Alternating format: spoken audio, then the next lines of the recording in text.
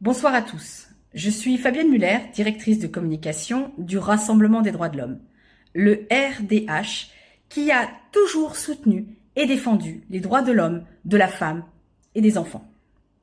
Je suis également une ancienne infirmière où nous avons tous bien galéré pendant cette fameuse période pseudo-Covid, n'est-ce pas?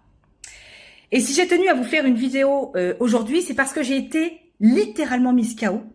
Nous avons été, les membres du Rassemblement des droits de l'homme, nous avons été mis KO, car nous avons reçu une information en temps réel. Nous venons d'apprendre que 4 accords géopolitiques ont été signés pour la France et que le dernier sera signé maintenant, le 30 juin 2026, au Luxembourg, à titre de gouvernement. Donc c'est ce qui explique véritablement que le RDH possède un statut gouvernemental. Je ne sais pas si vous vous rendez bien compte de ce que ça signifie, mais en tout cas, nous, on l'ignorait totalement. Et pourtant, ça répond à l'entièreté des revendications des Françaises et des Français. Donc, c'est tout simplement inimaginable ce qui se passe. C'est un travail colossal, qui a été accompli par le RDH. C'est un travail dont nous n'étions même pas informés, parce que même nous, qui faisons partie de l'exécutif du RDH, nous découvrons tout ça aujourd'hui. Bon, on savait que le RDH, c'était un gouvernement, mais alors à ce niveau-là, c'est une véritable surprise.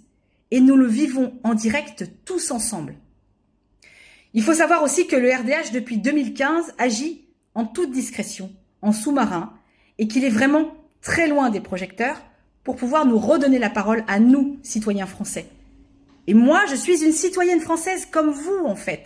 Donc nous sommes les gens du peuple. Nous représentons le peuple français. Il n'y a pas mieux que le peuple lui-même pour savoir ce que le peuple veut.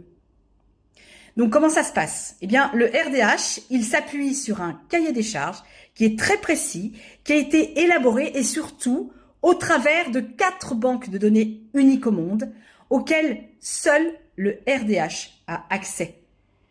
Et c'est justement ça qui fait sa puissance, c'est ce qui fait sa force de frappe.